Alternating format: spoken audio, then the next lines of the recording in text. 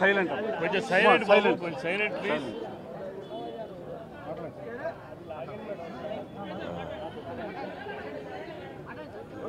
ఈరోజు చాలా దురదృష్టకరమైన రోజండి. మరి ముఖ్యంగా రెండు రాష్ట్రాల ప్రజల కంటే నాకే ఎక్కువ ఆత్మీయుడు కోటన్న. నేను సినిమాల్లోనే కాదు బయట కూడా ఒంటరిగా కలిసినప్పుడు కూడా ఫోన్లో మాట్లాడుకున్నప్పుడు కూడా ఆ సెటైర్లు యాజ్ ఇట్ ఈజ్గా సినిమాల్లో ఎలాగైతే పాము ముంగిసలాగా అలాగే ఉండేది.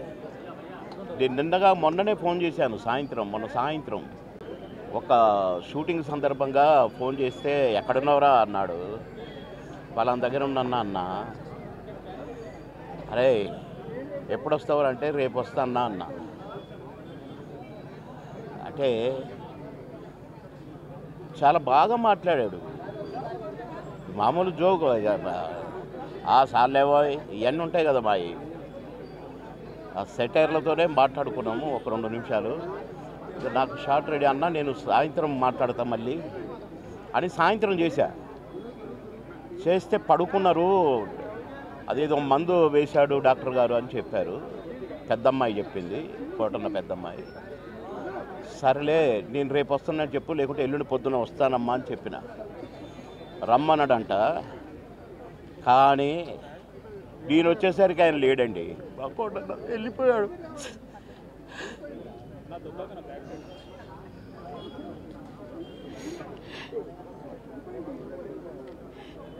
ఇంటికి వస్తే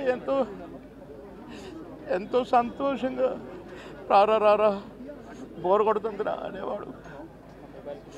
ఇప్పుడేమో హాయిగా పడుకున్నాడు.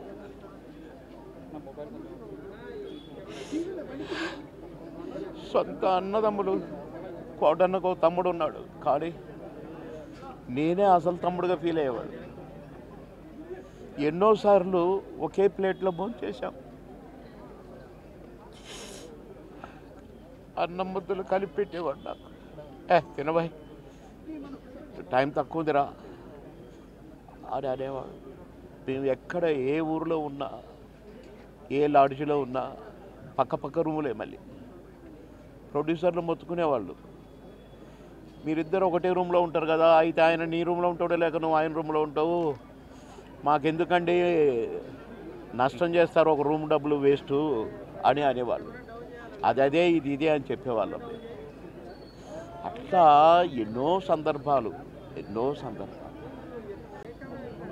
మాటలకు అందని సందర్భం ఆ ఇద్దరి మధ్య.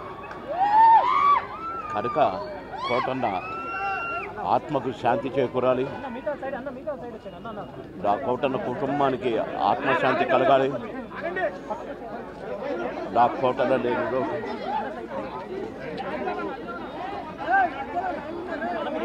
కోటన్న మనవళ్ళు ఇద్దరు అన్నకు శాంతి, ఆత్మకు శాంతి కలగాలి.